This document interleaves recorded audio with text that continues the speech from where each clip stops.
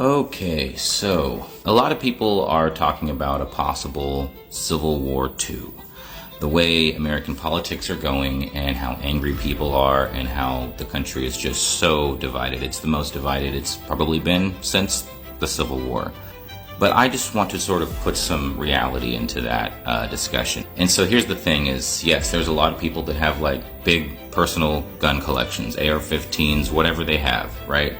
The US military is the most powerful military on the planet.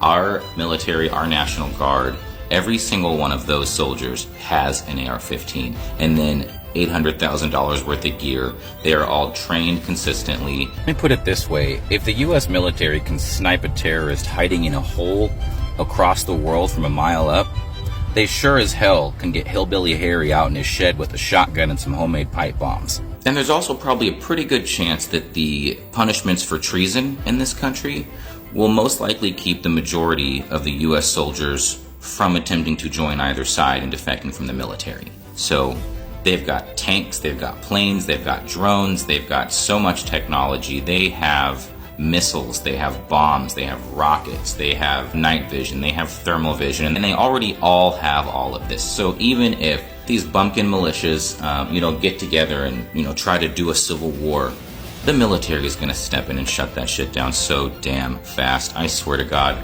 the first Civil War II battle that pops up, the military is going to respond with such a quickness, and they're going to make examples out of the people involved and the people who organized it.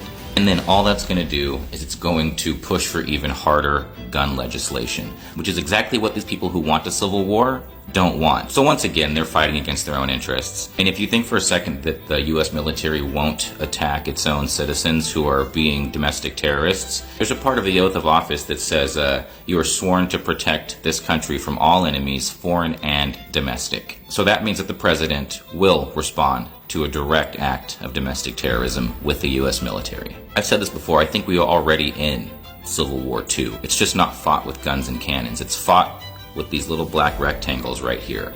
It's fought with our voices. It's fought with intelligence. It's fought with facts. It's also fought with disinformation, misinformation, lies. It's a different kind of civil war, but it's already happening. Put your frickin' guns away because we have evolved beyond that.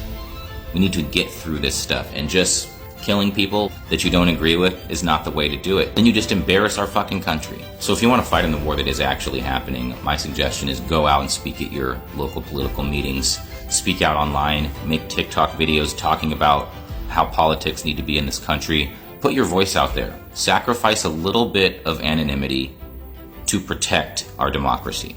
And also, the US military has the final solution, always on deck. So I don't know if they'd ever use that on their own land, but it does say to protect from all enemies, foreign and domestic. And if it ever came to that, like if there was a zombie outbreak or something and they had to just get rid of Montana, I don't know, would they do that?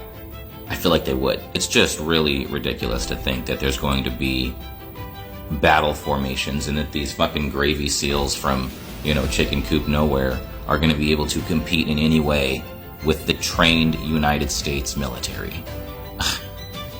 Get over yourselves and start coming up with politicians who aren't total pieces of shit instead of whining about goddamn everything, because it's not going to lead to some glorious battle. It's just not.